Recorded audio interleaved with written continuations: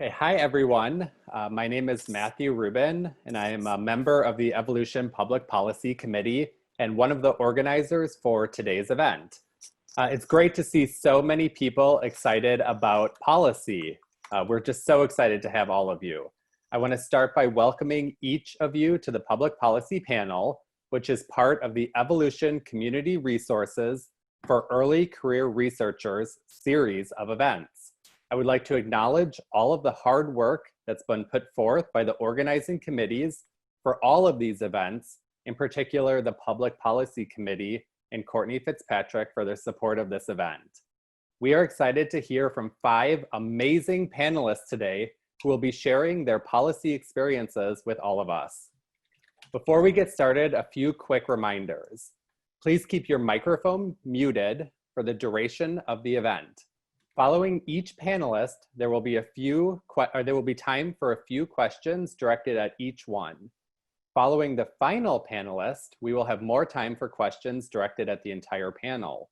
If you would like to ask a question,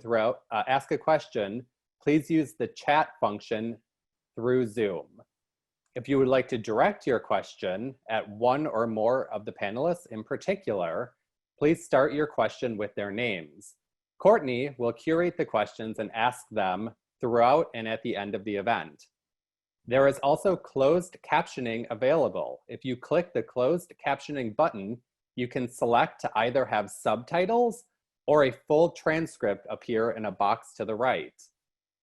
Lastly, following today's panel, you will receive an invitation to the Evolution 2020 Public Policy Panel Slack workspace, where you can continue to engage with other participants and panelists for 1 week.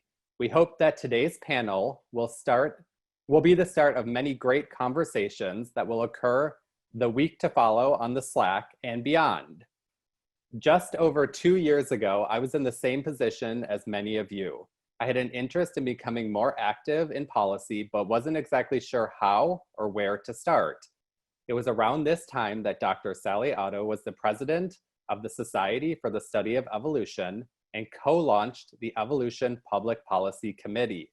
Shortly after, I participated in an awesome online workshop series led by Sally on public policy, which inspired me to continue to pursue policy-related activities.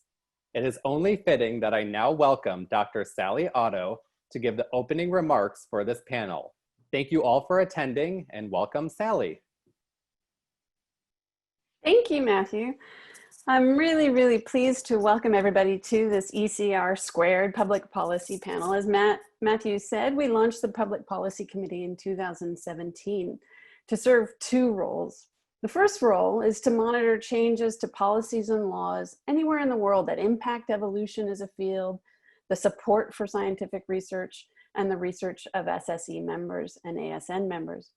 So when an issue pops up, we recommend a course of action to council, we pen letters, we work with other societies to affect change. For example, when student visas were at stake under changing rules from Immigration and Customs Enforcement, ICE, in the United States, we worked together with the American Institute of Biological Sciences to respond, lodging a letter of major concern with 34 biological societies, including SSE and ASN. You can take a look at the news feed on the SSE Public Policy webpage to find out issues that we've been involved in. So that's our first goal, is really to bring our voice to bear on issues of concern and issues of importance on science and policy. The second major goal is really to help provide a bridge, to provide a way for ECR students and even senior professors who really want to enter into the world of science policy and don't know how or don't know when or where, to have the discussions needed to make that an easier transition so that you all can be effective leaders at whatever level of science policy you feel comfortable with and you are able to engage in. And that can be local governments up to global governance. So you can find public policy committee members regularly at the Evolution meetings, where we hold informational booths or host trainings. As Matthew mentioned, we've had online webinars as well as in-person webinars. And every year we provide grants for members to attend the training that is held by the American Institute of Biological Sciences, AIBS, to go to Washington, DC, and speak with Congress people and senators in order to learn firsthand just when to communicate, how to communicate, and what issues are politicians speaking about today. Several of the hosts and panelists today have attended the Congressional Visits Day, including Matthew, Liz, Tanisha, and Courtney, I believe, if not others.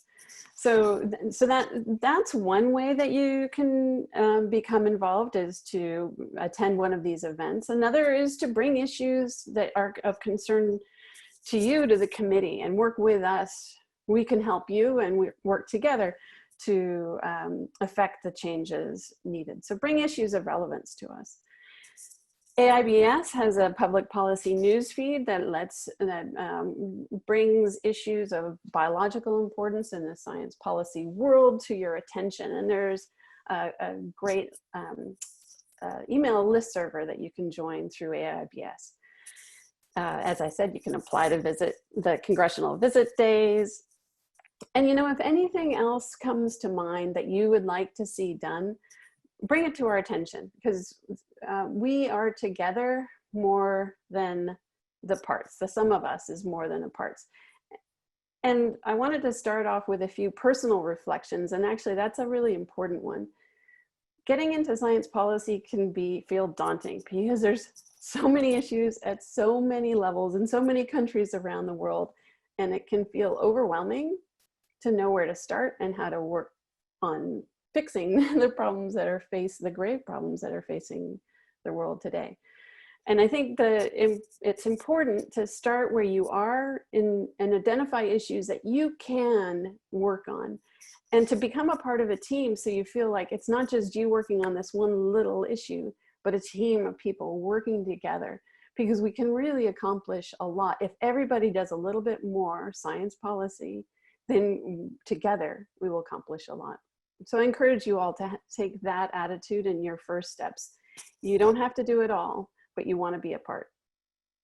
So welcome to this panel that I think is really going to help you see how you can take those first steps and identify the issues that are really important to you and that you will elevate and bring some attention to.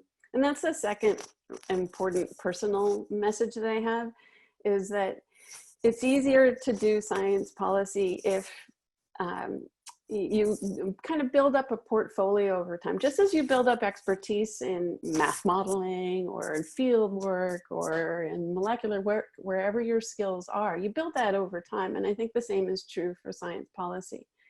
Identify those issues that you really would like to become the point person for, and over the years, build up the portfolio of experience, evidence, papers, letters that really makes you that point person.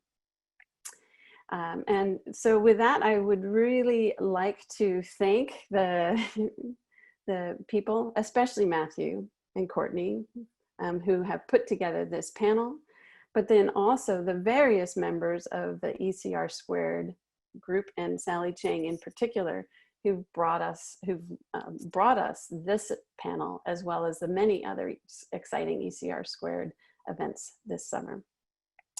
So with that, I would like to turn the table back to Matthew and have him introduce our first panelists. Welcome all.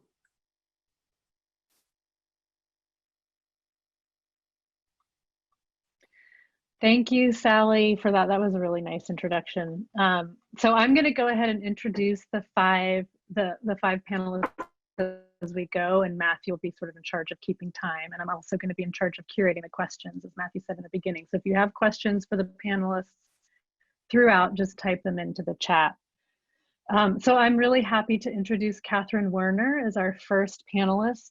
She is the first sustainability director, I believe, for the city of St. Louis, which is a post that she's held since 2009. She works on a lot of different sustainability initiatives for the city. She's been a champion of what's called the triple bottom line sustainability principles, which is something that I just learned about from talking to her. And that balances social, economic, and environmental issues. She was originally trained as an attorney, and so she has extensive experience at the intersection of law, policy, and ecological planning. So we were thrilled when she accepted our invitation. So welcome, Catherine. Thanks so much, Courtney and Sally and Matthew. It's been a great opportunity to sort of think about these issues, and I'm really delighted to address those who are on the call or the workshop today. It's really great to know that there's such an interest in connecting your expertise and what you have to bring to the table with your scientific and biological knowledge and passion and enthusiasm, and help translate them and make a difference. So what I'm going to be talking about in my time is basically, what are some of the ways to do that? That Sally already mentioned some of the wonderful ideas and opportunities. I'll reiterate some of them, but I'll focus especially on the local aspects and provide that local perspective. I have worked for the federal government, so I have both ends of the perspective, sort of the big picture national perspective as well as the local. So there is no right or wrong, really. If there's one takeaway, it's just sort of to start and to try and see what feels right to you. And if that first thing isn't, then go on to the second thing and try something else. There are lots of different opportunities, and just don't give up.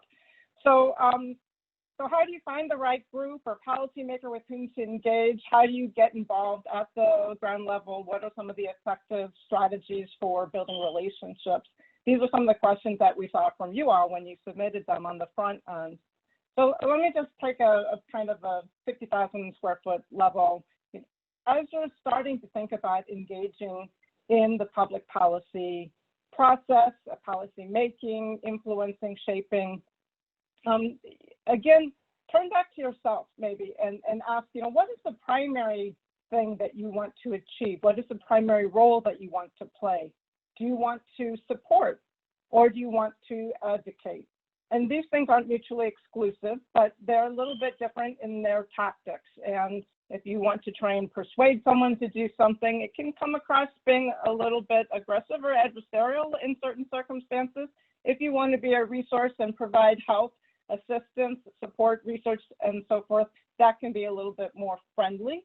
And again, there's no right or wrong. It's different fits for different people. So try and understand what you are more interested in and comfortable with. And then I would ask to consider the scale, the geographic and the policy scale and scope that you'd like to try and influence and play a role in. Again, at the national level or even statewide, these are, big systems and big issues with a lot of different people and a lot of different organizations. And certainly you can play an important role in those efforts and campaigns. But then at the local level, perhaps you're looking for a little bit more of a direct impact. Maybe you want to see a tangible outcome of your work. You want to have a personal relationship. Some of these things maybe are smaller in scale, but produce a different opportunity. Of course, with the pandemic, some of the national and local things are blurred. We're all online, doing this online. So local and national, some of it is not that different, frankly. So it's all good. It's all good. Here's what I would say in both circumstances. To shape an established policy or to shift a direction, as Sally was mentioning, just don't try and bite off more than you can chew and do everything all at once. Start small. Start with a focus. What is the thing that you're most interested in or passionate about, worried about, have to bring to the table? Focus on that. And then start looking around for those organizations and individuals who have some momentum, can serve as a gatekeeper, can provide context.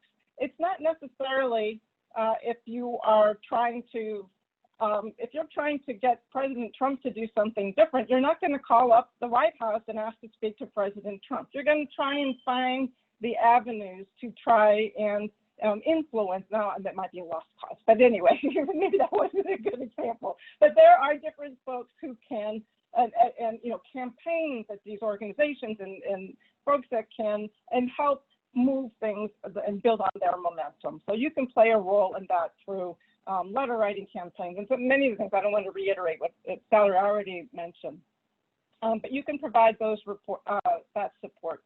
It's really important to everyone has something valuable to bring to the table, whether it's their perspective, their experience, and again, realize that you may not agree with folks or you may not agree with their prioritization, but it is really, really important to try and hold on to what you believe in, but listen, really try and hear the perspectives. What is preventing your position from moving forward? What are the sticking points? What are the perspectives, the challenges? Because that's where you're gonna really make you have the opportunity to make a big difference. If you can tackle those obstacles and those barriers, and I've talked about a couple of them, then you have an opportunity, I think, to really move things forward. This is especially true at the local level. Maybe it's as simple as making something feel relevant. How do you take some very scientific, complicated concept or terminology, acronyms, how can you take that, translate it into lay people, not just language, but into concepts that matter to the people who you're trying to influence, whether that is a constituent or a mayor or a legislator. It has to be relevant to them. And so helping them understand and not just shut down because they don't understand what the complexity is or the scientific details and jargon or concept behind it is, that can be really, really valuable for you. So being relevant, being timely. And a lot of you, I understand, are in grad school. You're subject to the academic schedule and the research preferences of funding organizations and academic institutions. Remember that that's in some respects removed, a little bit of a bubble from reality, if you will. These local governments, I mean, issues happen, they're flash in the pan, they're immediate. You can't just say, well, yeah, I have to research it. I need a couple of years to set it up and conduct my research. And, to be responsive, you have to be respectful and compassionate to some extent of what's going on at the local level. So I'm going to shift a little bit and focus on the local situation. Really try and understand what are the local issues, priorities, constraints, concerns in St. Louis, for example. I mean, I've been involved in environmental, ecological, and natural resource issues my entire life and career in particular. Yes, I was the first sustainability director, and we're looking at environmental issues at a system-wide scale for the first time. And there are very, very, very few. I really have not met, I don't think, any people who would say, that environmental focus, interest that you're suggesting is not important. No one would argue with me. But where we come into sort of the push me pull you thing is it as important to them as some other issues? Is it as pressing a need? And you may understand that from a scientific perspective, but from where the individual is in their life. If in St. Louis, we have more than half of our population is low income, minority, many living at the poverty level or below. I cannot go to these people and say, you need to care about the environment, you need to plant trees and recycle because that's the most important thing. oh gosh, I'm already, okay, I need to speed up here. So it is being mindful of their priorities and their concerns, and still working within the system. It does not need to be either or. Try and find those win-win. I'm going to give a couple of examples of program.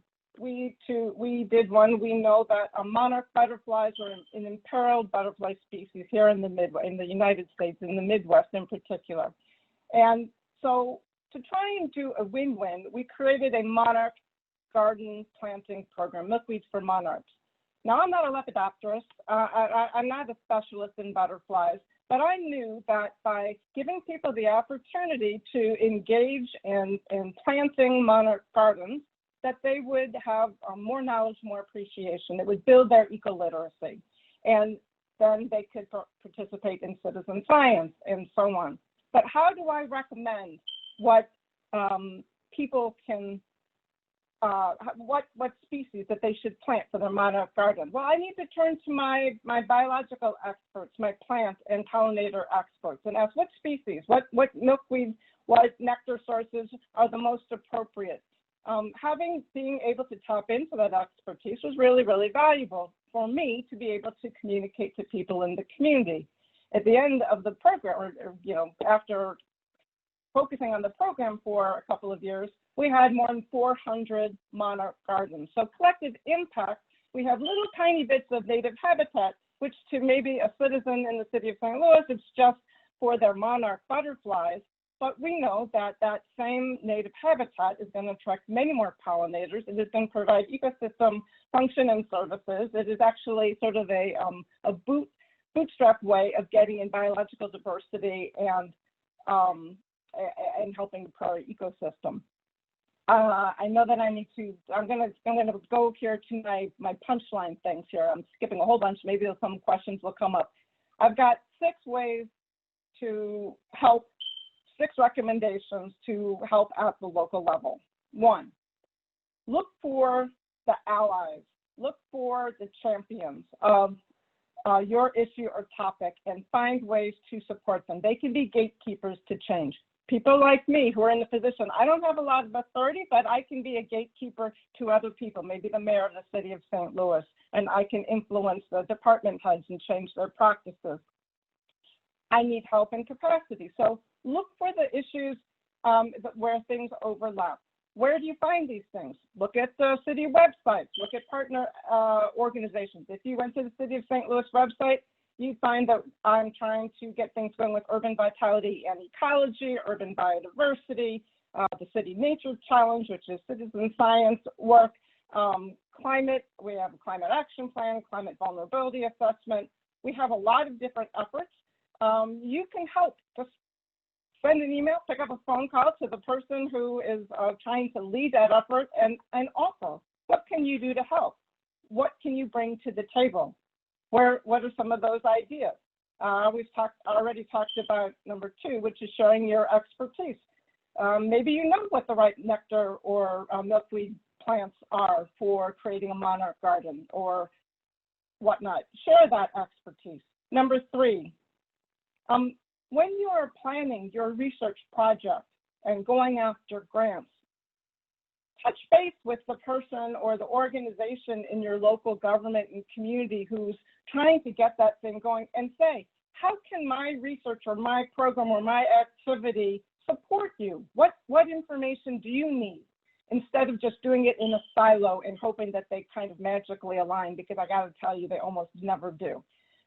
So reach out to the local person and point people and factor that in when developing your research agenda. Number 4, offer your capacity. I can't think of any, I don't care if it's a big, government like San Francisco and New York City or a little one like the city of St. Louis. There are always capacity constraints. There's never enough to go around, whether it's money or time. You can offer your time. You can help write grants. You can offer field efforts. I can't get out in the field and lead bio blitzes and conduct citizen science on a regular basis. I sit in my office and encourage other people to do those things. And I need partners, people who have enthusiasm and expertise to get out there and help gather data or work with citizens in the local community to do that. So offer your capacity and your field time. And finally, number 6, spread the word. Help with educating either individuals who need to learn more, want to learn more, or in raising awareness. There are events. There is always a need at Earth Day tables and the Monarch events, to have someone there and explain to people who show up why this is important or why it means to them. So my 3 summary things: 1, be supportive. Ask and offer your assistance. 2, be relevant. Listen for the needs and the concerns of the policy-making body and entities and individuals. And 3, try and be understanding. Realize and respect that there are a number of priorities.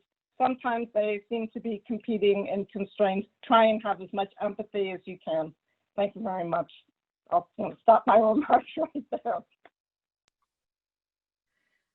Where's the emoji? There it is. Thank you. That was wonderful. There was a question. So let's just take a couple more minutes, Catherine. There was one question for you that you kind of addressed, but I'll just throw it out there anyways. An example when you were talking about, trying to not use real technical language, if there was an example from your own work about scientists successfully making the complex details and jargon relatable. And then there was another question, can you talk about a science policy success that you've had? Well, I think you did also talk about that with the Monarch,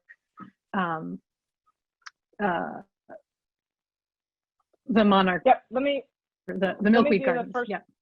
Okay. Let me do the first one with the jargon. So sometimes it's just being sensitive and smart, if you will. So we're going after a grant right now, an NSF grant, National Science Foundation grant. And really, it's all about carbon sequestration and tying together the benefits of tree planting with carbon sequestration. But we are going to avoid, to the greatest extent possible, using the word climate. Because why? NSF is sensitive to that. It's part of the federal government, so we don't have to, drive home climate. We can talk about being resilient and dealing with natural disasters. And so that's kind of terminology. Jargon tends to be when you get very detailed and kind of you say something and you get that glossed over look because they're just like, I have no idea what that word means, and resorting to acronyms and shorthand versions. So just try and put it in lay people speak. Think about, how would you explain this to your grandmother? How would you explain it to your 3-year-old toddler or niece or nephew? Just put it in very simple terms. The same thing is really, really important in choosing how you frame things. So here again, our NSF grant, I got to tell you that the academians with whom I'm partnering on this really wanted to focus on climate and biodiversity and the ecosystem services, and that is all great. I want to focus on those things too. But in order for it to be relevant and to really gain some traction in the city of St. Louis, it has to be about people. People's well-being, their quality of life, their prosperity, their happiness. When we put out the Urban Vitality and Ecology Initiative, it wasn't about, oh, go connect with nature because nature needs you. It was about nature needs people, but people need nature. And why? How can you talk about the benefits of people connecting to nature? Is it going to improve their educational receptivity and abilities? Is it going to improve their healing and health abilities? Is it going to improve their property value, increase the shade, their ability to attract community?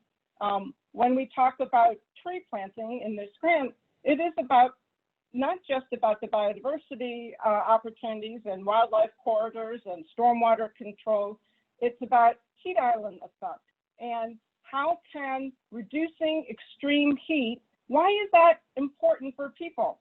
Why? Because the number one killer is extreme heat. Heat kills people. People care about that. People vote. People are constituents. People make complaints and talk to their officials. Unfortunately, birds and trees don't do that. You know, we know that the law actually tries to speak for the trees, but elected officials respond to what they're hearing, and so you have to think about it. Yeah. Yeah, no, I think that's a really important point, and I think it's a really good one to end on for this section. So thank you very much. And I want to encourage everybody who's listening, just as a reminder, you can ask questions throughout the chat, and if we can't get to them in the segment for each individual panelist, we can save them until the end. So yeah, that point is a good one to end on. We have to connect it to people if we're going to be persuasive for the most part. Okay, so I'm going to now introduce our second panelist, Elizabeth Carlen. Liz Carlen is a PhD candidate in the Biological Sciences Department at Fordham University, and her current research focuses on the urbanization in regions, which captures the public imagination quite a lot. And in fact, she was just recently featured on Saturday Night Live, which is not something that most scientists can claim.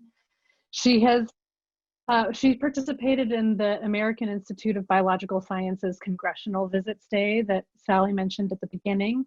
And so if a visit to you, remember that SSE supports a handful of members participate in that year. So take it away, Liz, and thank you for being here.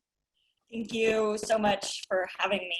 I don't have nearly as much prepared as Catherine does about myself, so I'm just going to talk a little bit about kind of how I ended up, I guess, on this panel.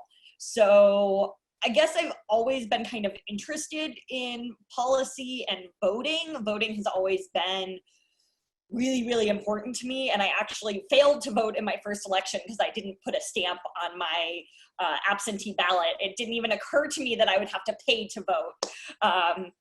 So I've always kind of been aware of things, and SSE sent out this email that was just like, do you want to get involved in this? And so it was kind of one of those, like, I'm going to apply for this.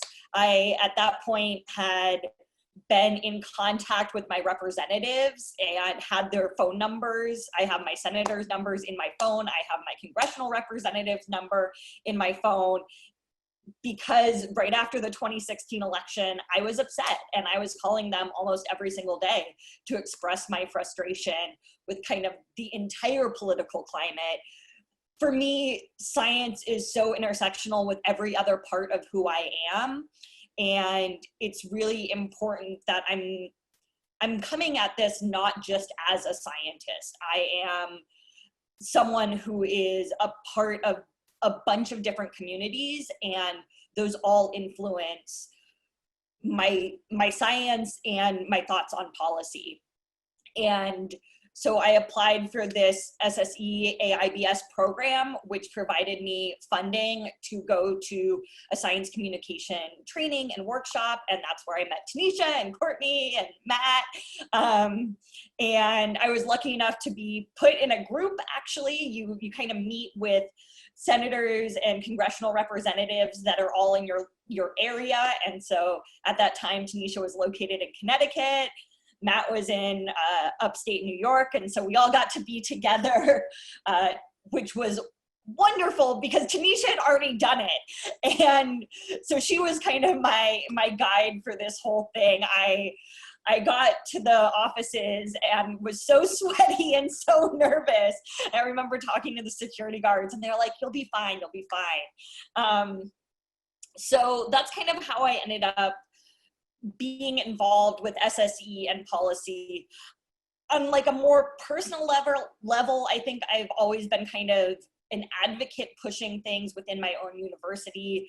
I've advocated for them to change the the single stall bathrooms to gender neutral bathrooms, and kind of just gone up and looked at the laws that were necessary and kind of showed that to my university and said, no, this is something that you have to do.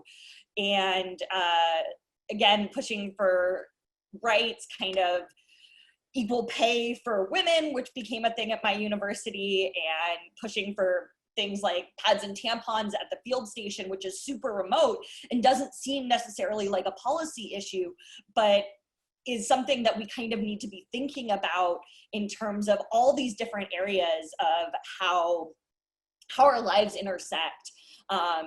And so that's kind of how I ended up here, I guess. I don't know what other questions people have. If you have questions about kind of getting involved on Twitter or social media, getting your work out there in the media, that has been something that I've been really fortunate to have my work put out quite a bit. Like Courtney said, it was on SNL. It's been in the New York Times a couple times and in a couple other places. So that has been something that has, I think, helped push my name forward. And so when we did go meet with these congressional representatives, you know, I had just had an article in the New York Times, I think a couple weeks earlier. And so they were aware of who I am. And so there is some benefit to having that media in terms of being able to push your face forward or who you are. It gives you some credibility for that. In terms of like local things that I've been doing, I work on urban animals, and so I am incredibly visible when I'm doing my research. I am out there with a net gun collecting pigeons, and that means I get a lot of people stopping and talking to me. And I feel like that's kind of our role as scientists, especially in the public eye, is just to kind of talk to them about why we need science funding. Why is it important that they're voting for people that care about science funding? And here we have all these questions that are not answered about pigeons that live in their backyard. And that, I think, is very surprising to a lot of people in the neighborhoods that I'm working in, that we don't have these questions, and here's how science funding can really help answer these questions. So I don't have anything else to say besides that, Courtney. That's great. Maybe you could just say a few words about the process of the AIBS visits. Oh, it's telling my internet is unstable. Can you hear me? I can hear you. Yeah. Okay. So the AIBS process was, we went to Washington, D.C. and had about a day-long training. It was split up into an afternoon and a morning.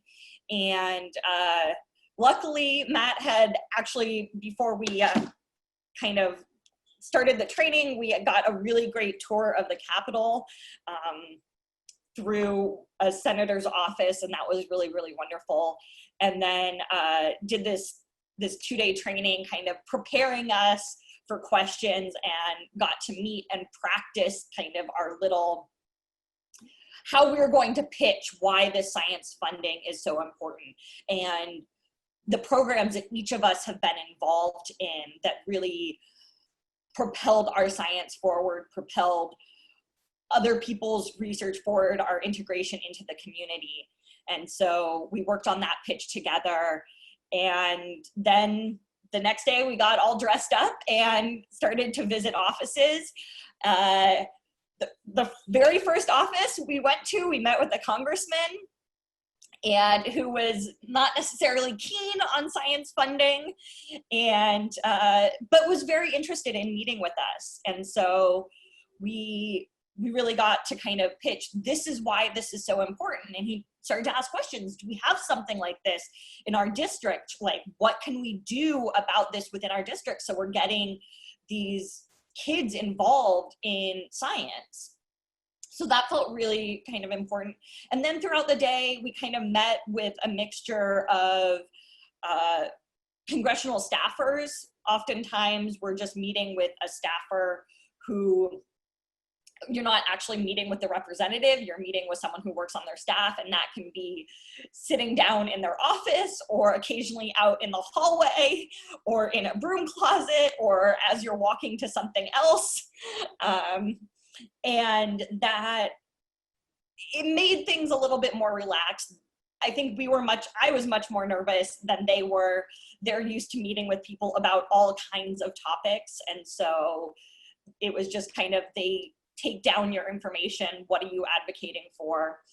We all had to be very sure that we had business cards. That was one of the things, I think as scientists, we don't often have business cards, but if you're going to meet with people in the government, please get business cards so they can have a record of who you are and who you came, when you came to visit. It all goes on file for them. So those business cards are kind of something that we don't necessarily use in academia that much, but are really, really important in policy work. So,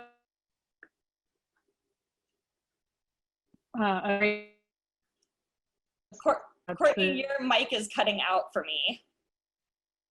Oh, shoot. Okay. Let me try turning off my video. Can you hear me now? Yes.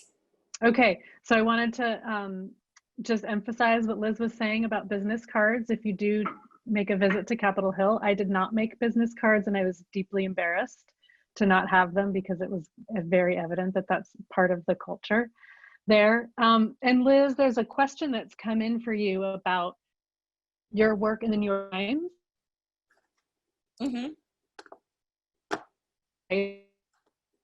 And what's process.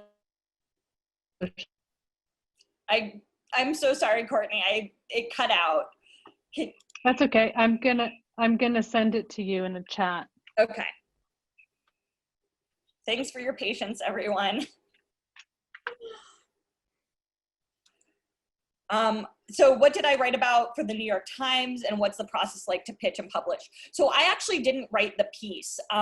This was something that was written about my work, and it kind of happened in a very odd way where I was on the radio. One of the things that I do on Twitter is follow a bunch of reporters, and those are local reporters, those are national reporters, and engage with them. So if while I'm listening to NPR Politics or WNYC, which is my local NPR station, if someone is talking about something and I find it interesting, I go and find them on Twitter. And I had this interaction with someone where they were like, what should I write about this week? And we kind of talked about some things, and they ended up wanting to do a piece on pigeons. That was on the radio. A New York Times reporter then found me through that piece and reached out to me, and originally wanted to kind of write something else, but then I invited him to come do research with me. And I think this is one of the biggest things that you can do. And I know not everybody is fortunate enough to be able to do field work in an area where they can invite reporters to come with them. But if you're doing lab work, if you're doing field work, inviting the reporter to come and listen and see your work in action gives them a lot more details that they're able to write about. And so when I invited him to come along, he was like, this sounds great. I'm gonna pitch this as this piece. And that's kind of how I ended up with my first piece in the New York Times. The most recent piece was about a paper that I published that just got a lot of kind of social media traction, I guess, because it was on pigeons, but also just because it's on social media, and engaging on that social media allows these interactions to occur and your piece to get more eyes on it.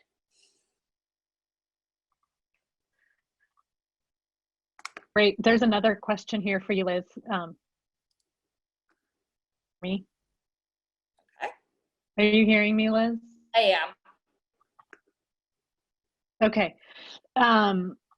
So you made a great point about 2 different ways to influence policy, interact policymakers. You're cutting out again, Courtney. I'm so sorry. Do you have discussing your research with people? Liz, can you hear me? Yeah, I can hear you, Matt. Liz, so you made 2 you made some points about two great ways to influence policy through both interacting with the policymakers themselves, but also interacting with their constituents throughout their districts. Can you give some advice or tips on ways to discuss your research with the public that might then inform them to think differently about how they may vote for elected officials who then directly influence policy? Yeah, so I think I'm always practicing how I'm pitching what I'm studying. And like Catherine said, I'm trying my best to use accessible language. So that's going to change depending on where I am and what neighborhood I'm in, and kind of being very quick at matching what this person's science education is. And I would never ever say I'm dumbing down my research. I am making my research accessible. And so sometimes I say I'm building a giant family tree of pigeons. I'm figuring out how all these pigeons are related to each other. Or sometimes I say I'm building a pigeon 23andMe, where I'm going to trace back the ancestry of all these pigeons and figure out how they're related to each other. And for me, it's using that kind of language, and again, practicing with pretty much everybody. So when I'm in a taxi, when I'm on the subway, when I'm talking to pretty much anybody, if I'm at a restaurant talking to the waiter or the waitress, I am going to be talking about my research and figuring out what language is accessible to the public. And then I always invite the public to come and participate. None of my data is so precious that I care about if it gets a little bit messed up, right? It's one sample, it's not that big of a deal. It's not going to make or break my research. And for me, that means that I can have the public help me ban birds, or help me label tubes, or help me record data, take weights. And for me, that seems like a very impactful way to get them interested in science, first of all, because here they're getting this hands-on experience. And then B, to kind of talk about like, this is how I'm funding my research. Like, I have to sequence DNA, that's expensive. So here are the ways that I'm funding my research, and here's how this kind of electing government officials that support this kind of science funding is important. And it's surprising that we don't know these questions. We don't have answers to these questions. I think people are always kind of shocked at how we've been living alongside these urban animals for so long, and we don't have answers to questions about these animals. So kind of connecting it back to them, especially in the Northeast, I mean, and especially in New York, where pigeons are very, very abundant. I'm lucky enough to work on an organism that people have all had an experience with. When I worked on an organism that most people had never seen or heard of, I kind of discussed why it's so important that we describe and name these things, that we can't begin to conserve something if we don't understand it, if we don't understand what it's related to. And so again, finding those hooks that relate to what people are inherently deeply interested in. And again, practicing with pretty much everyone. Perfect. Thank you, Liz. That's all really great advice. So we're going to move on to our next panelist. Dr. Carlen Ridley has been an ecologist with the EPA, but was originally trained as an evolutionary biologist. Her PhD research focused on applied plant evolution. And in fact, she then did a postdoc with Ruth Shaw, who many of you know is the current president of SSE. She then received a Science and Technology Policy Fellowship from the American Association for the Advancement of Science, or AAAS. And it was through that fellowship that she began working with the EPA, where she has been since.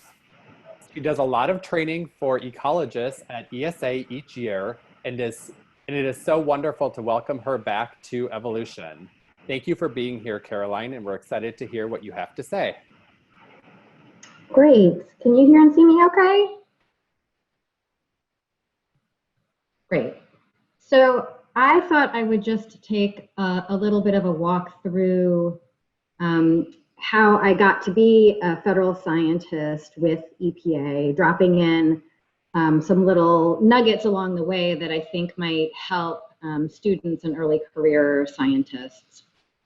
So I got my undergrad degree from a small liberal arts school in Iowa, and I knew I wanted to go to grad school, but I wasn't sure for what. So I spent a couple years as a field tech in Virginia before moving to my PhD program at University of California, Riverside. And the graduate program that I was a part of was pretty traditional. It was straight up in a botany and plant sciences department. I think that if I had to do it over again, though, I might be looking at some of these more interdisciplinary graduate programs. So one that I happen to know about is North Carolina State University's Agricultural Biotechnology, this is a long title, in our Evolving Food, Energy, and Water Systems program. I think there are a lot of really cool graduate programs out there now that are specifically looking at training scientists to be either decision makers themselves or to inform decision makers. So that North Carolina State University program has the specific goal of training students to understand how facts and values influence decision making. So I think that's a really cool option that's out there for students now that didn't seem to be as prevalent when I was looking at grad schools in the early 2000s. Although I was in a traditional graduate program, I did find a way to get involved with all kinds of other activities that I think sort of helped me propel me along my path into a science policy career. Some of these things are just like being involved with the Graduate Student Association, and that's really, that's super local policy for graduate students. I gave talks to non-science audiences, again, that theme of communicating, being able to talk about your work to a lot of different kinds of audiences with their different perspectives. Then the first time that I went to visit lawmakers to talk about science was in Sacramento, California, and I went with the California Invasive Plant Council to their visits day to Sacramento. And they were there to advocate for invasive species funding, which was a no-brainer for me. I worked on a weedy species in California and had participated in the conference that Cal IPC did every year. So that was a really great experience. There was some interest in knowing about, how did you feel about visiting with lawmakers for the first time? And yeah, there was a lot of nervousness. I agree with the others who have said that. But the great thing about going in there with a group is they don't let you sort of fly solo. You get a little bit of background on the issues that lawmakers care about, and you go in there with talking points. It's to feel like you're supported in that way and not just having to go it alone makes it a lot less scary. So while I was in graduate school, this is 15 years ago, I went to DC with AIBS as a Public Policy Leader Award winner. And there are these various, awards that you can go to DC with, and that was also a great experience. Of course, on that bigger stage, with lots of marbled hallways, and it can be intimidating. But again, if you're going with a group, you have a support system while you're there, and sometimes you just have to face your fears, and that's a really good way to grow. So I encourage you to think about visiting DC on one of these congressional visits day, whether it's with AIBS and SSE, or the Ecological Society of America has a similar program. I think maybe they even visit the Capitol on the same day, which happens a lot, actually. There are days on Capitol Hill where groups of all types are coming together, and they're sort of storming the Capitol to talk about their issue, which helps raise visibility. So if you're going in there to talk about how important science funding is, if there are half a dozen or 10 different groups there on the Hill on the same day, you're going to make a bigger impression and be able to sort of cover a lot more ground.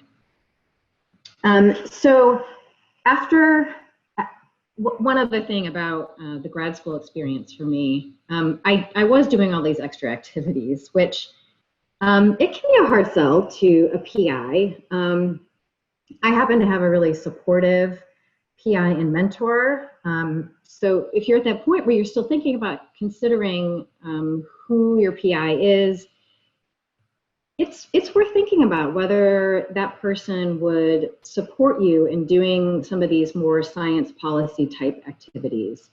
I knew Norm Elstrand would be supportive in that way, partly because he did that sort of thing himself. He was involved with government scientific advisory panels, with science diplomacy. He'd been to Cuba, and he had students that went on to all kinds of careers in academia and industry and in government. And if your PI doesn't end up being that supportive person, find a committee member or another mentor, maybe somebody from this panel, that can help you find that support you need to continue engaging in those science policy type activities.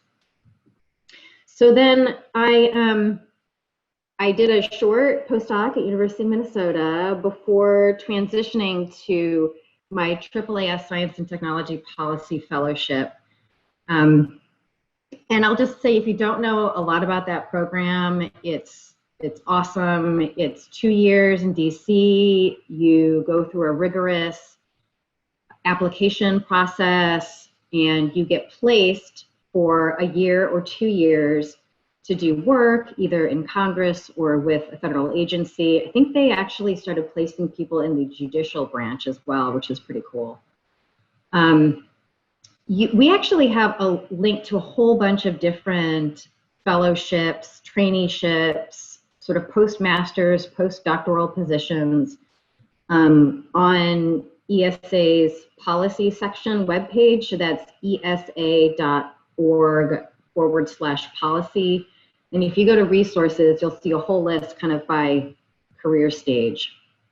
So the AAAS fellowships are, most people, I would say, are coming out of a postdoc of some kind, but there's opportunities for you all along the career spectrum. So the thing that is really great about this is you enter with a whole big cohort of other people who are in different disciplines and who are interested in science policy, and they become an instant network for you. It's been so valuable for me. They give you, AAAS gives you training, extensive training, like weeks-long training about the federal government, and then the on-the-job training you get is, I mean, there's nothing that sort of can replace that. And I would say one of the things that I learned from my fellowship there is a lot of people are going to stretch out of their specific expertise. My expertise was in gene flow and plants, and the fellowship that I ended up taking, it was actually at EPA. I did a lot of other kinds of stuff. I mean, from aquatic ecology to I did work on biofuels. So being willing to stretch and having confidence that your general scientific training is going to serve you well, that really allows you to get the most out of those kind of experiences.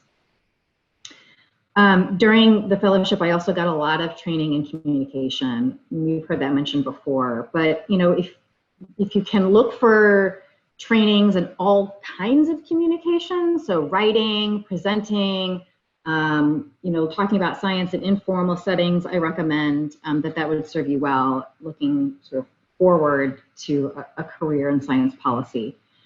So after my fellowship, I did a federal postdoc in the same office that I did my fellowship with. That often happens, but they say about a third of AAAS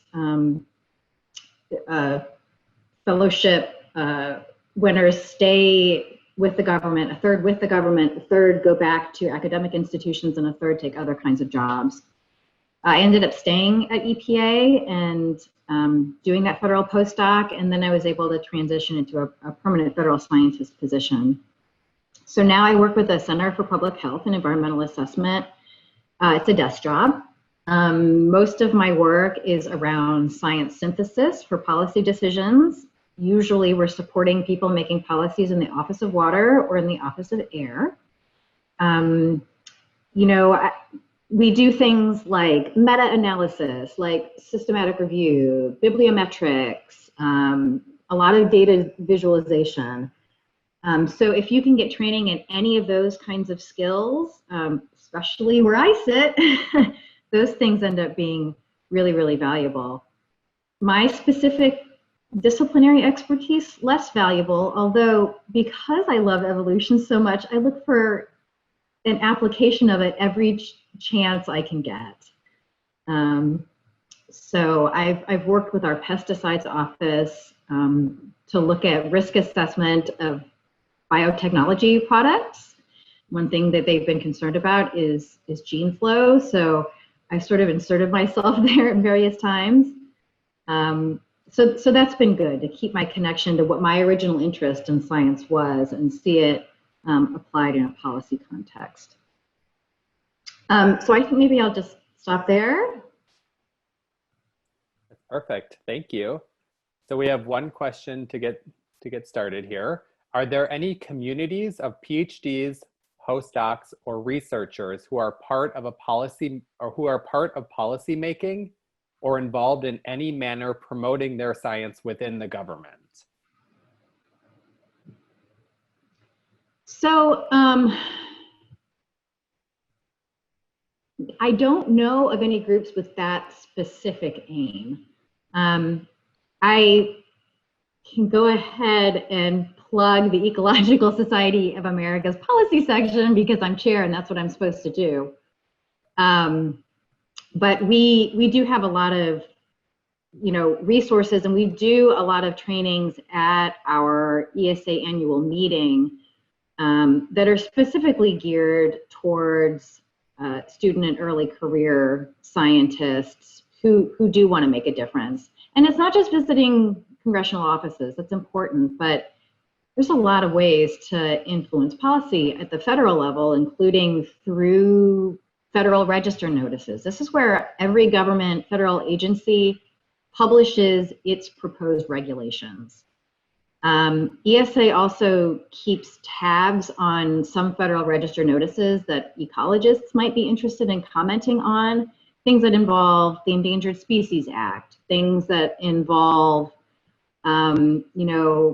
environmental impact statements for infrastructure projects. So while there's not a way to collect the perspectives of that particular group of people, I think there are ways you can do it if that is your career stage.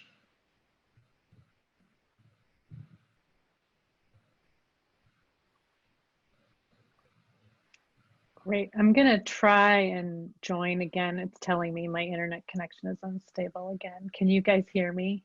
You can? Yeah. Okay, amazing.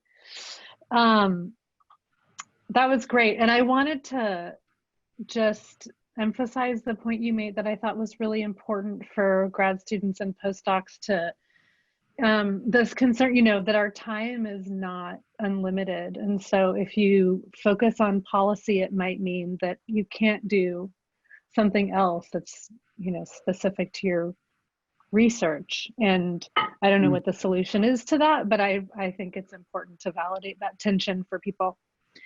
So thank you for that. Sure. Okay, so now we're going to turn to our fourth panelist. I'm excited to try and introduce if my bandwidth will allow me. If not, I'll send it to Matthew in the chat.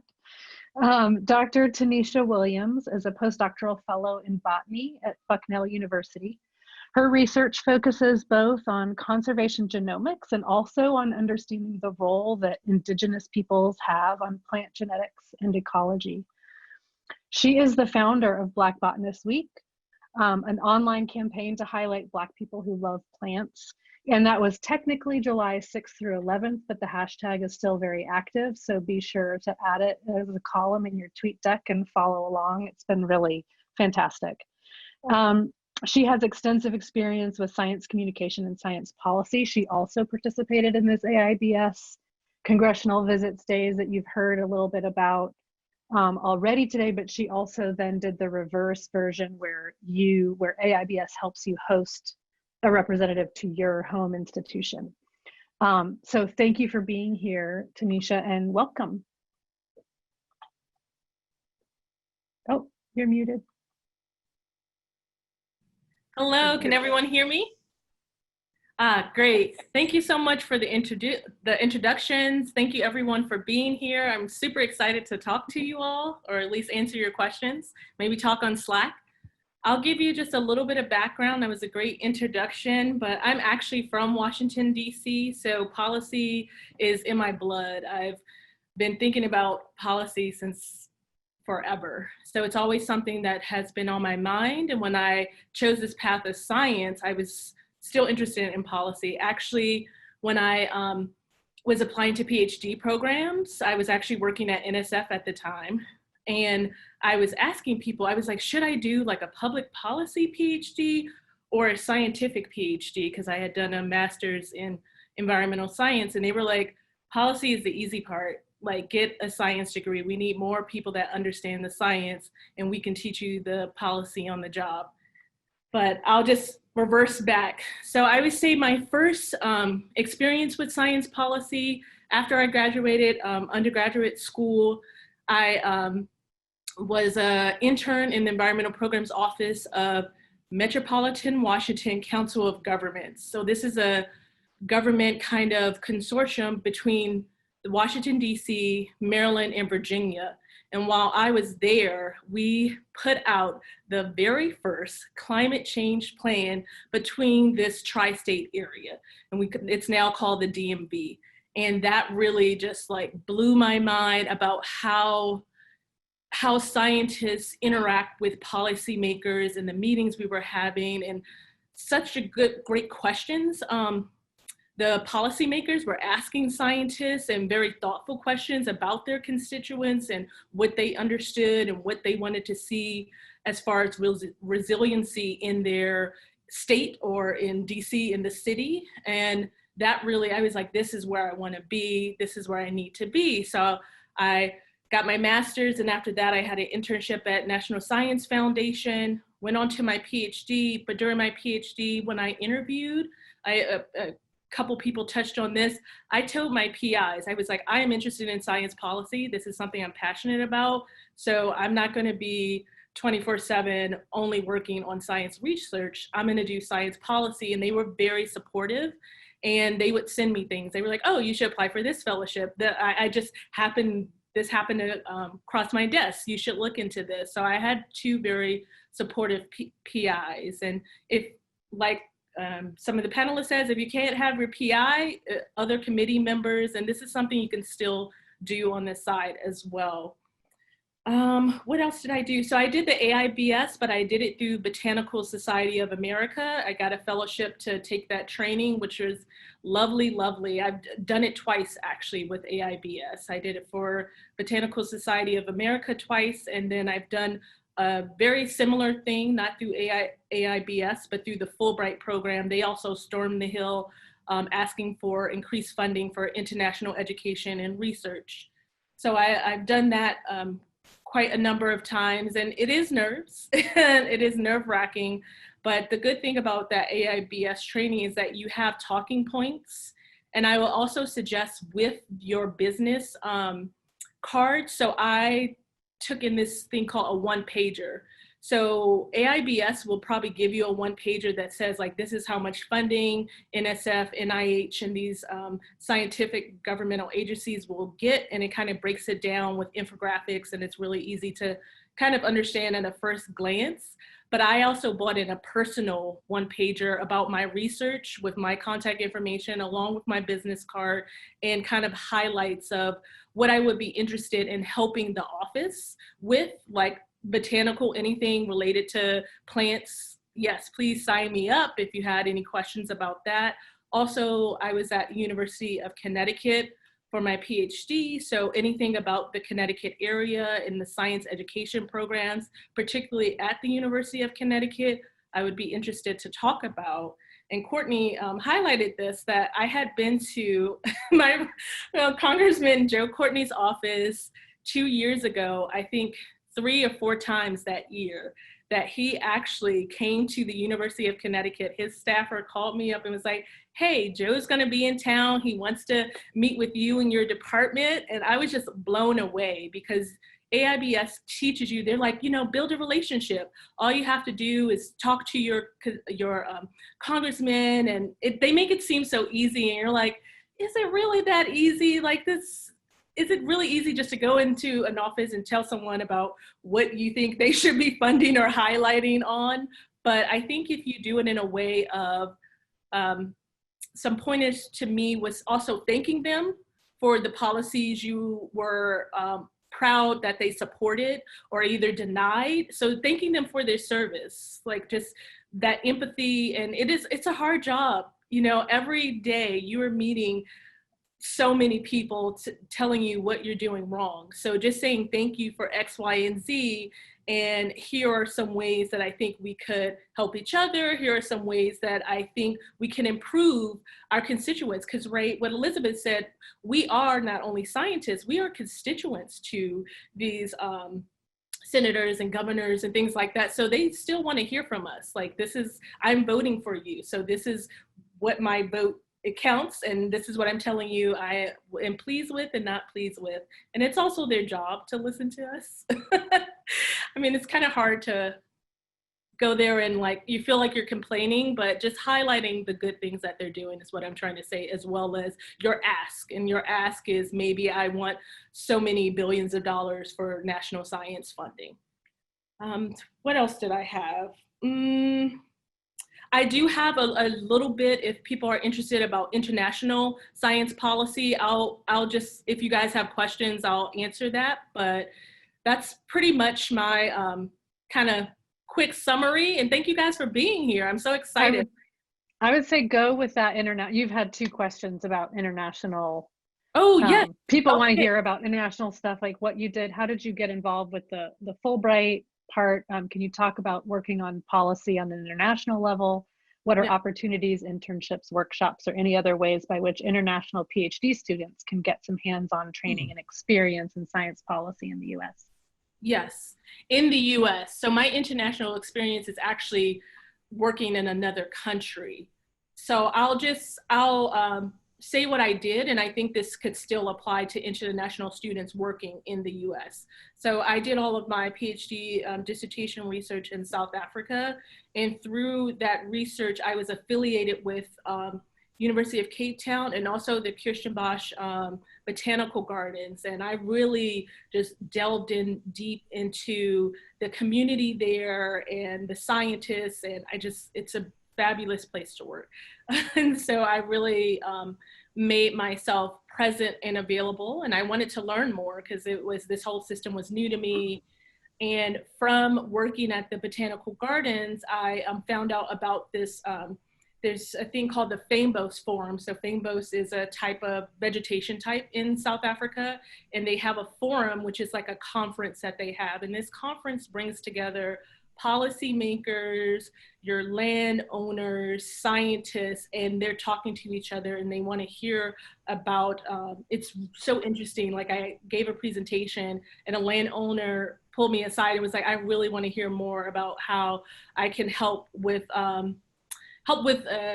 his land and planting certain types of vegetation to help with the impacts of climate change. And I was just, things like that when you're like, I am making an impact right now. It makes you feel so good.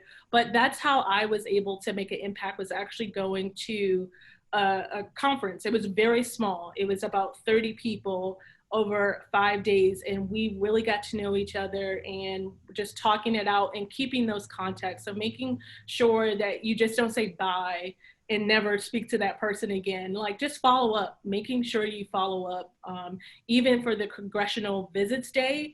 So we met, I don't know how many business cards I got. Maybe we had like 12 or 15 business cards.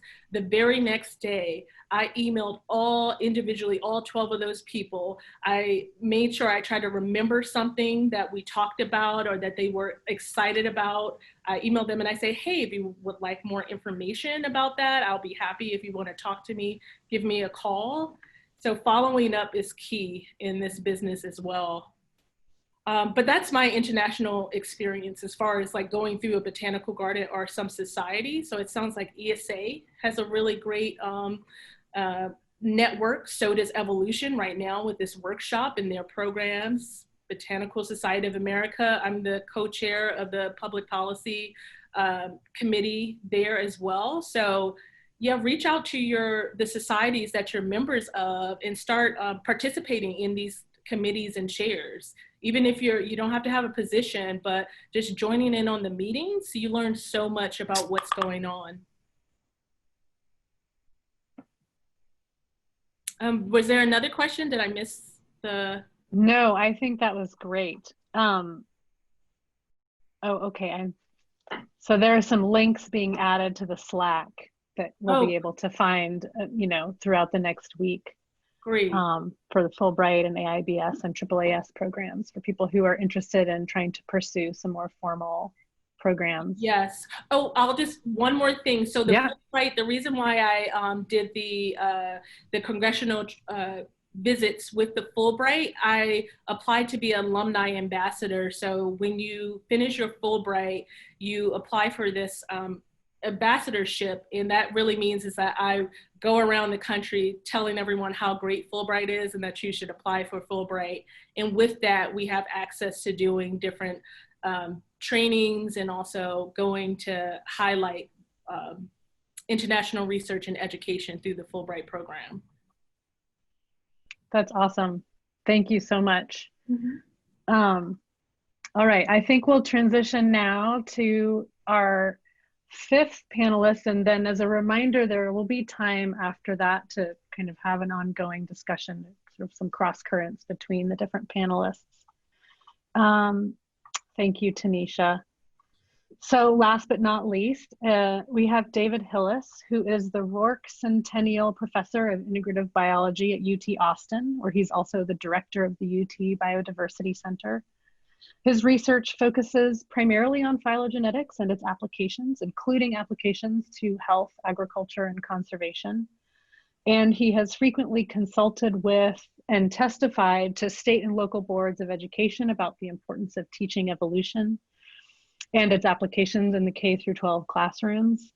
And he also has quite a bit of experience testifying and providing information to policymakers and public groups about biodiversity in general and conservation issues. So thank you for being here, David. We're looking forward to hearing what you have to say.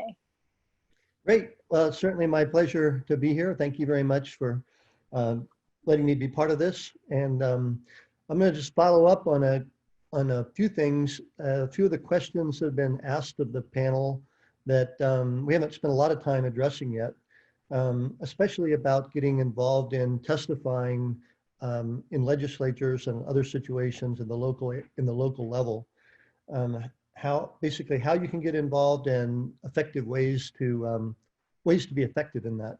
So I've worked primarily on 3 areas. I've worked in the area of in terms of public policy and evolution education, on endangered species protection, and on questions of how evolution informs us about public health issues. So obviously things like COVID-19.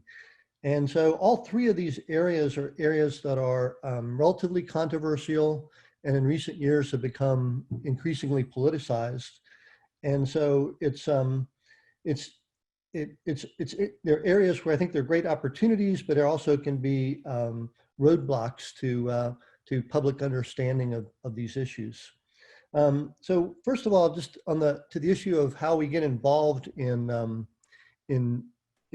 public policy.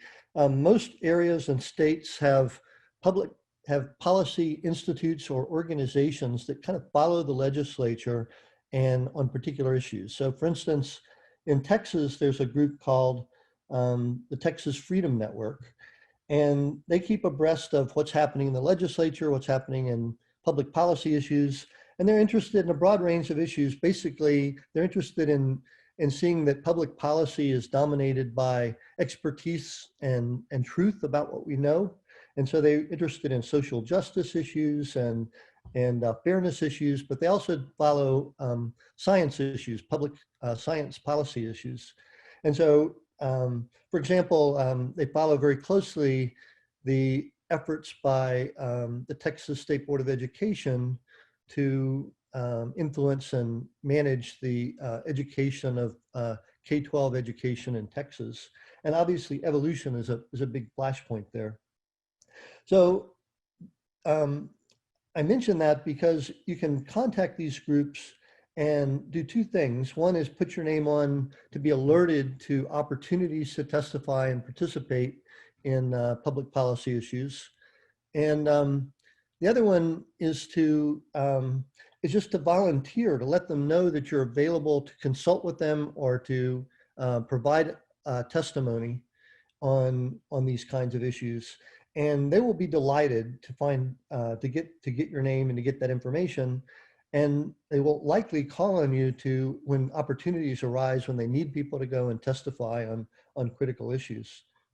On the national level, there's also groups like the National Center for Science Education, and they do much the same thing. They also keep lists and contact people when issues arise in particular states. So if you say, if you tell them what your state is and that you're willing to testify and explain what your expertise is in evolution issues and education issues, then they're likely to also notify you and let you know about opportunities to testify and perhaps contact you about asking you to come down and participate in those kinds of events.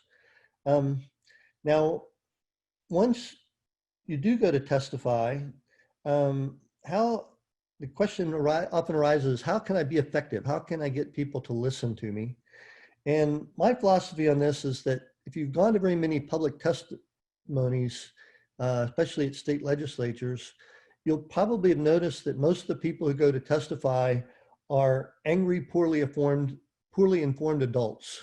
So they're people who go and they scream at the legislators, and they're upset and they're emotional, and that largely gets ignored. That's not really a very effective way to do it. So I think the first advice I have is to be different than that. If you want to be heard, be rational, be calm, be effective, and stay on the point. And then you're much more likely for the people listening to your testimony to pay attention to what you're saying. So try to keep the emotion as much as you can out of it. You can certainly be passionate about what you say, but don't be angry and don't appear to be angry and mad about the issues. Also, I think I'll just give a quick story about something that I did that was actually one of the most effective ways that I think I ever did in a testimony. Was I didn't actually testify myself. It was about a adoption of high school biology textbooks in Texas, and the State Board of Education in particular was concerned about the evolution coverage. And I knew that they were going to get lots of testimony from professors and they would have lots of expertise. And I wanted something that they might actually pay attention to that would be a little bit different. So my eldest son at that time was a freshman in high school.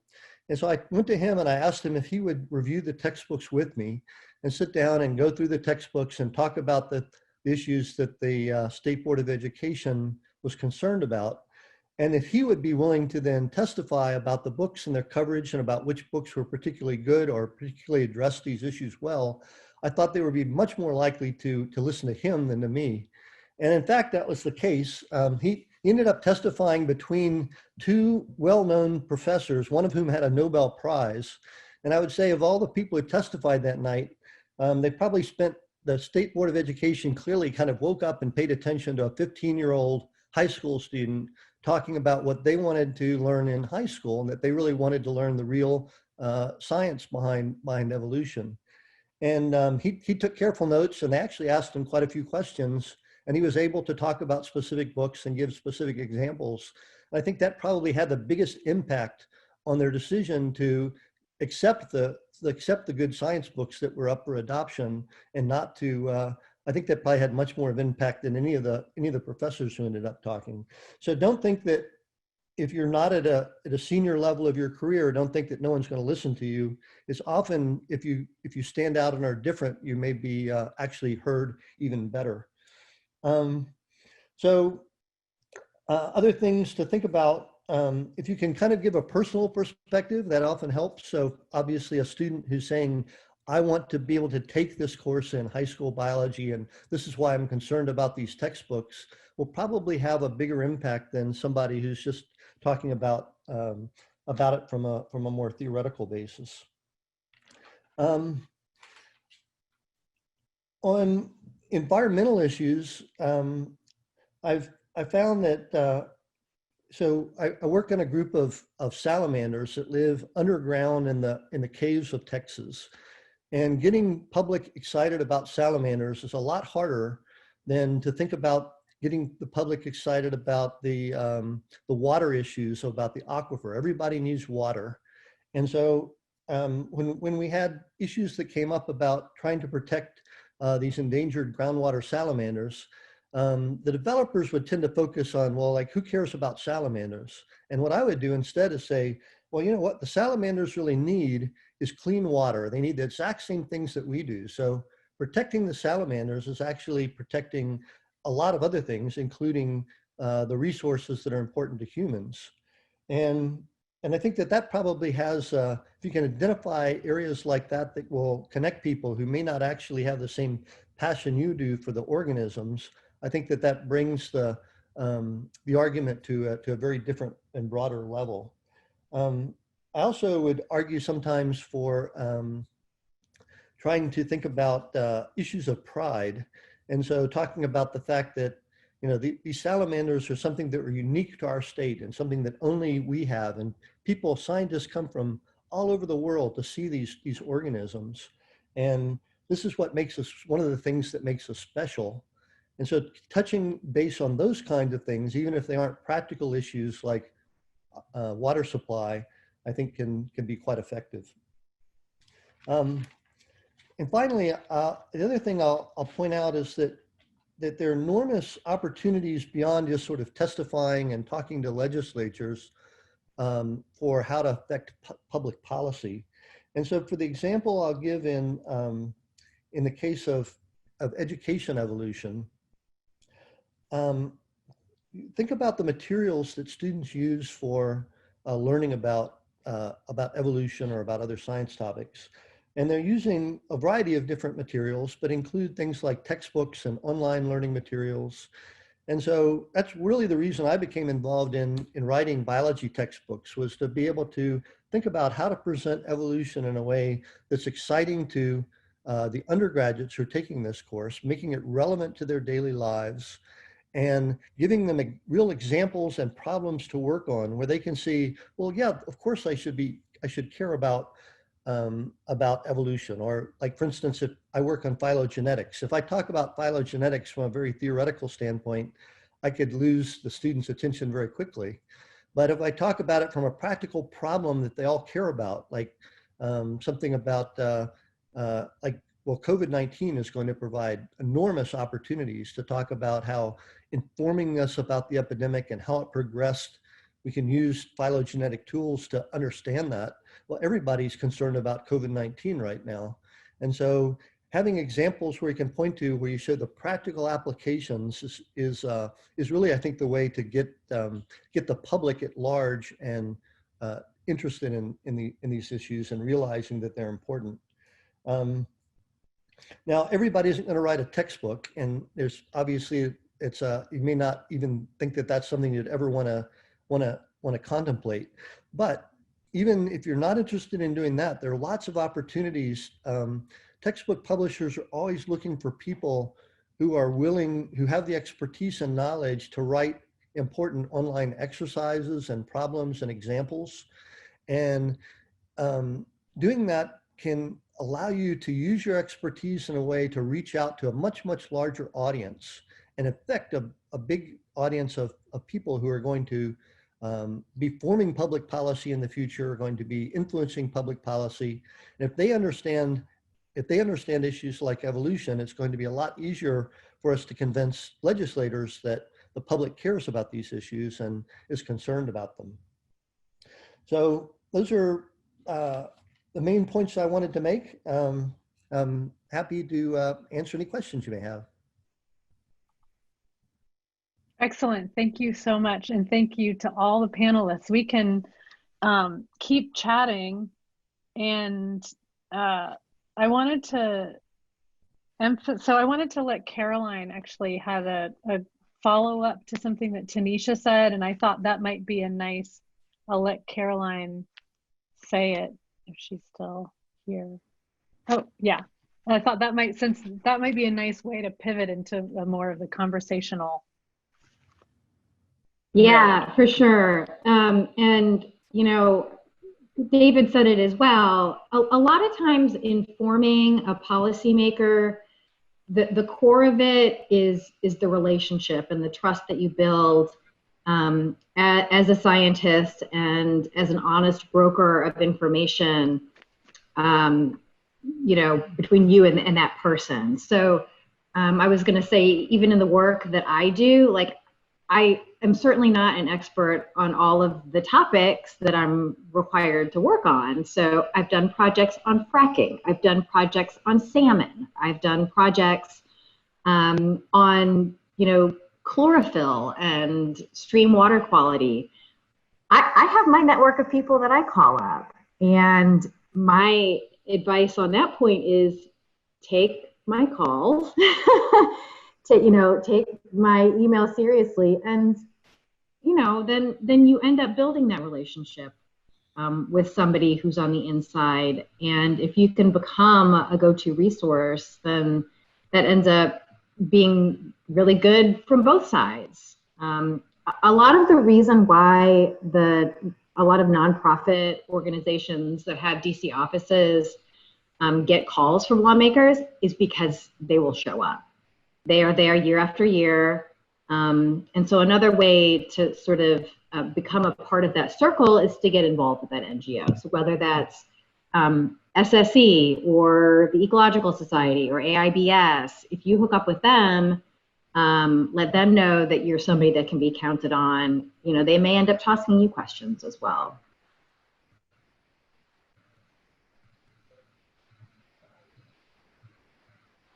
One of the questions actually that has come up and is coming up in my mind that I'd like to throw out to the panelists is, how do you advise students and postdocs who are really passionate, like Tanisha said, really passionate about this policy work, but in recognition of the fact that there is a limited amount of time? I think a lot of times, PIs who are recommending caution to early career researchers are doing it out of, a desire to protect their own time and to make sure that they're able to focus on their research, which is important in order to get a job in academia if that's what they want. And so I'm curious what your thoughts are on how do you advise people in that regard?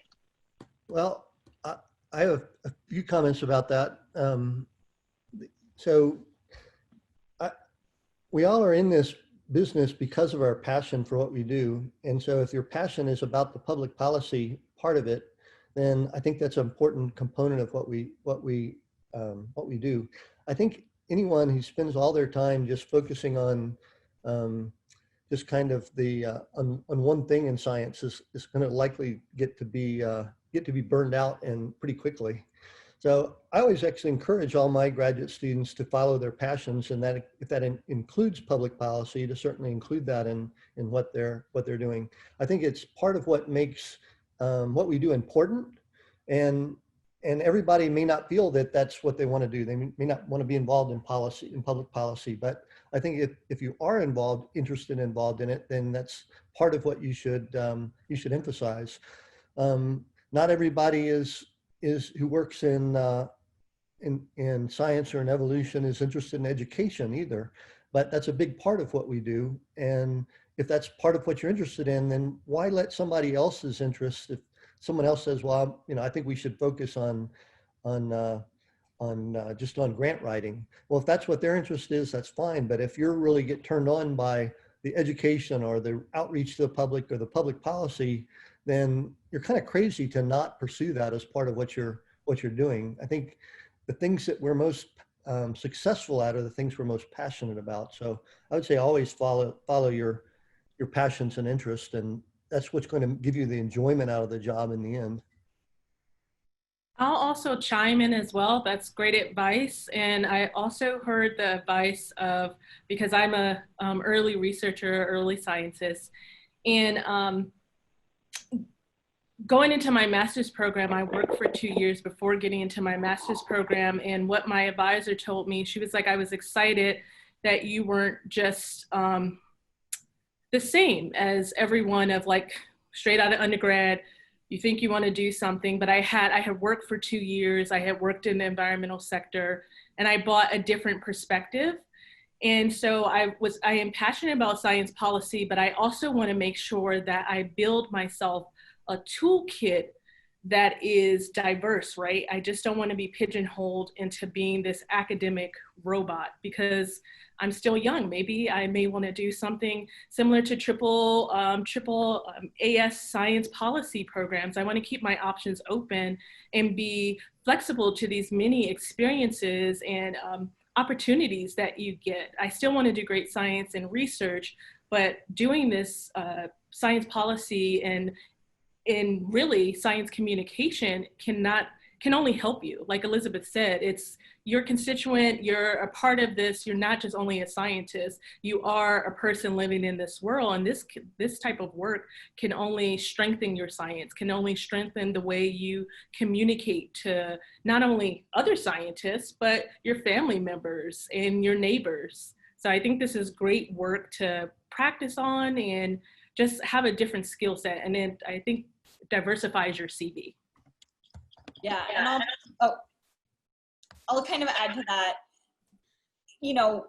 We are many different things, kind of as Tanisha is saying, like this science policy is inherently intersectional, and we are not just a scientist, we are constituents, we are neighbors, we are members of this community.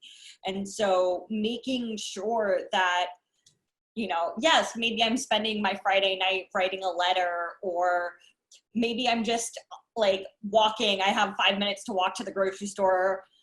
That's why I have the phone number programmed into my phone, so I can call my senator's office and tell them what I'm upset about or what I'm frustrated about, or making sure that you're following all your representatives, both at the federal level and at the very local level. I hope you know who your mayor is, who your state representative is, and make sure that you're following them on social media so you know what their policies are. And that is one of the ways to just be up on what they're doing and then to connect to them as well. Catherine, did you want to add something? Just a small bit, just to not lose yourself in all of this. I heard from a couple of people, just sort of, it can be scary to testify or approach people and just, meet your fears. Well, if you're up for it, meet your fears. But you know what? You don't have to. I spent a summer lobbying on the Hill as an intern, and I just hated it. I got to tell you, actually, it was not for me. And that's okay, because there are all these different ways to get involved. You don't have to be that, pound a square peg into a round hole kind of thing. And there are a lot of different ways. Just know what you like and what you're comfortable doing. And at the same time, know what you have to give. If you've got 4 days, you know, and you're interested in biodiversity, you can participate in the Global City Nature Challenge as a, you know, collecting data or providing identifications and working with cities around the world. You know, it's a global competition. That's 4 days, or 4 and 4 days.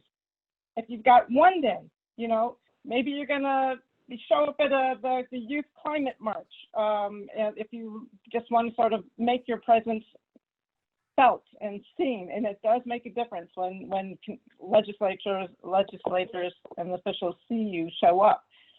But just know, you know, maybe it's just a 1 day thing. Maybe it's a 1 week thing. It doesn't have to be, okay, so I'm signing on the dotted line. I'm now committed to, you know, a lifelong or big project.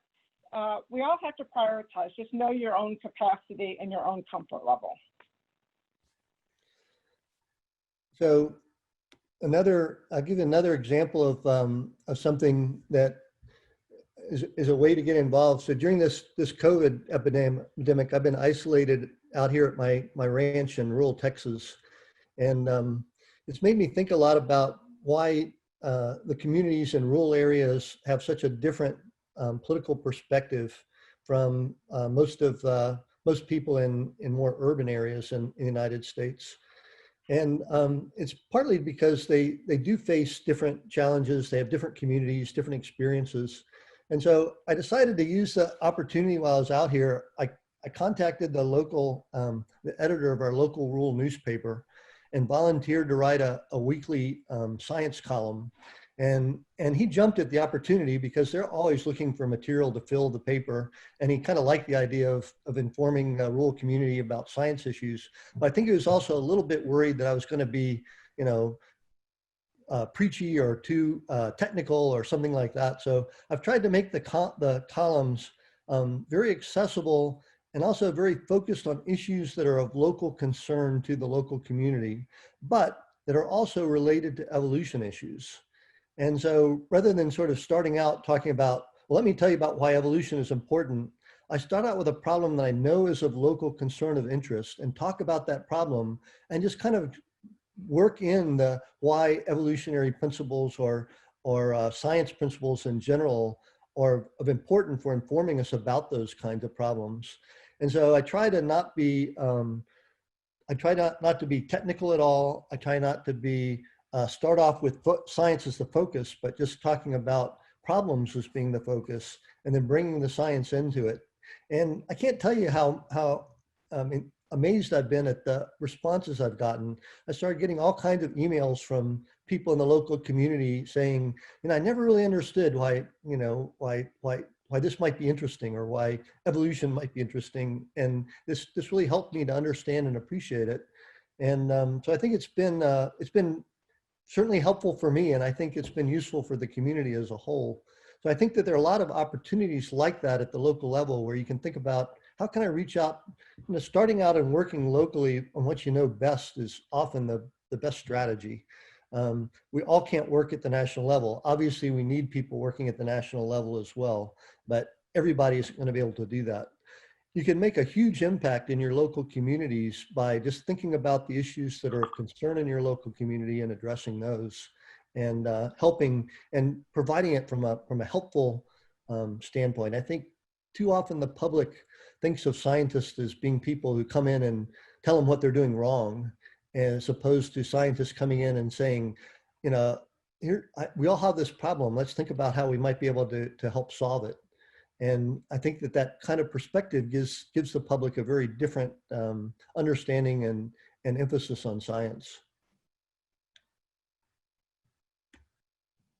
So we have just a few more minutes, and there are some questions from participants that were asked ahead of the panel, and a couple of them fall into two sort of categories. So I thought I might just throw those out for people to respond to. The first, I think, dovetails a little bit with what you were just talking about, David, which is what is the potential role that evolutionary biologists could and should play in public health discourse, specifically thinking about the COVID situation? So there's that question. And then the other questions are more questions about sort of international perspective. So maybe let's just talk about what is our role as evolutionary biologists in the public health discourse question first. So I think obviously this COVID epidemic is, in spite of all the problems it's caused, it's provided some amazing opportunities for biologists and for evolutionary biologists in particular, I think, to emphasize why evolutionary biology can help us inform us about public health issues. And there are a lot of ways to do that. Obviously, we're getting an enormous number of scientific papers published, but public social media has been incredibly useful for many scientists to disseminate and express information about and provide inform the public about what's going on with COVID.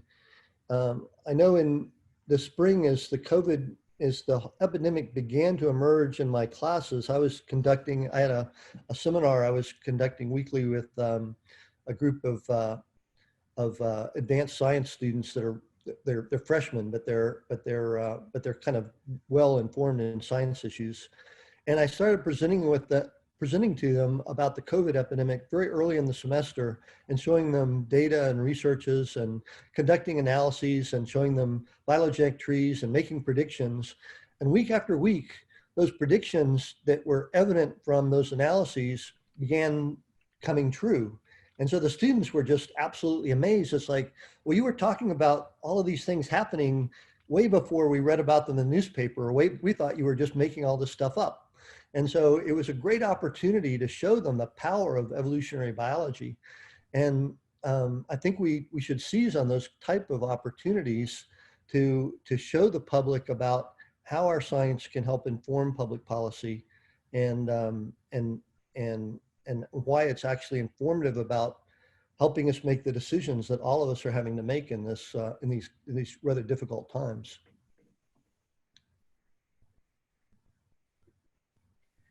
So there was I'm actually going to pivot to this question, a different question that came up earlier in the conversation for Catherine. Can you talk about a science policy success that you've had and what the steps were leading up to that success that made it work? What are the keys to the successful policy? So the first thing I wanted to say was, what is your definition of success? Be sure that you don't have this very ironclad, rigid success equals this. So let me just give you a quick example. As I said, in St. Louis, we're trying to help monarch butterflies. We are right in the core of the migratory path for monarch butterflies, and so we're a great habitat potential. Well, what do monarch butterflies need? They absolutely need milkweed. Milkweed in the city of St. Louis is defined as a nuisance species, and it is subject to the determination of the forestry commissioner. So one definition of success is we need to change the local policy, the local ordinance that defines milkweed as a nuisance species. But here's the reality of the situation. We looked at that possibility. I approached the forestry commissioner in our Department of Forest Parks, and they said, you know what, it's at the discretion of the forestry commissioner. Never once have we said you must pull out that milkweed. It is better to let that sleeping dog lie, and let's see if there are ways that we can promote the use of native species like milkweed and help the monarchs instead of undoing the policy, the legislation. So it's more of a practice than a policy fix. Now, here's another thing that came up in all that. And so then we ended up developing Milkweed for Monarchs, a very successful program, 400 gardens. People all around St. Louis now know what monarchs need to thrive, and the eco-literacy rate is high. We've got biodiversity, and it's a great opener, hook keystone species, if you will, for a lot of other issues and policies. Well, we also have a Department of Health, and talk about people getting complaints. Our Department of Health, this was a few years ago in particular, was getting a lot of calls and complaints about mosquitoes. I think it was the Zika virus at the time. A lot of people are really concerned about it. Well, the health department has a very valid, that is their mission, to protect the health of people in the city of St. Louis and to be responsive. And if people are calling, saying, I want my alley sprayed, that's what one wing of the government is told to do.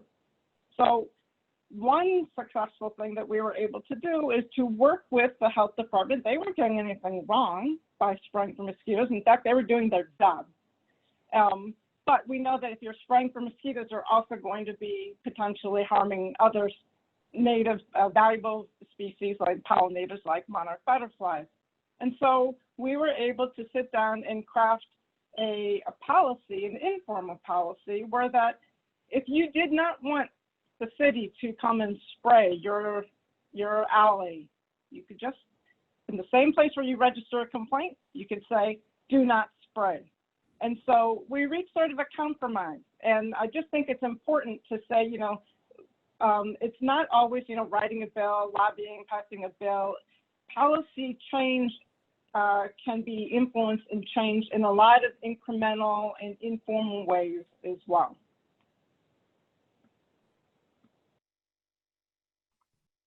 Caroline, do you want to comment on that? You have a comment in the chat, but do you want to say it out loud? Yeah. Just so I agree with Catherine that science policy success doesn't always have to mean the same thing. And I've been in the situation now where under the current administration, two pretty big national policy decisions that had to do with water have been reversed. The kind of bright spot is, though, all of the synthesis and science that we brought together, it still stands and it's still out there. And in some cases, on the state level, it's been picked up to inform policymaking. And the other thing you have to look at is sort of the span of time over which you define success. So somebody that recently retired from my office, you know, said it's a career-long bar. And, you know, if after the span of your career, you can see places where you've made a difference, that's great. If you pin all your hopes and dreams on very specific things in a short period of time you want to get done, you know, maybe you're going to be less quote unquote successful. But it's important to keep that perspective.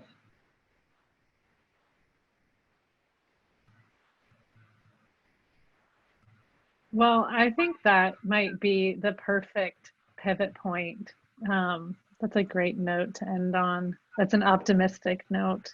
A hopeful note is the word I'm looking for, not optimistic. So Matthew, thank you everybody. This has been amazing. I'm really impressed with everyone being able to make this work in this kind of format. So Matthew, I'll turn it over to you to just kind of wrap things up and remind everybody what's to follow. Perfect. Thank you, Courtney. So I will echo what Courtney just said as well. Thank you to the panelists, to the participants. I think these conversations have all been really great today. And we hope that these conversations will continue on the Slack workspace for the next week. So make sure to check your email. You'll receive an invitation to that. And feel free to contact Courtney and I through the Slack workspace if you have questions about the panel or other things. But we'll just conclude with a big thank you to everybody. And it's so exciting to see everybody thinking about policy. So thank you all.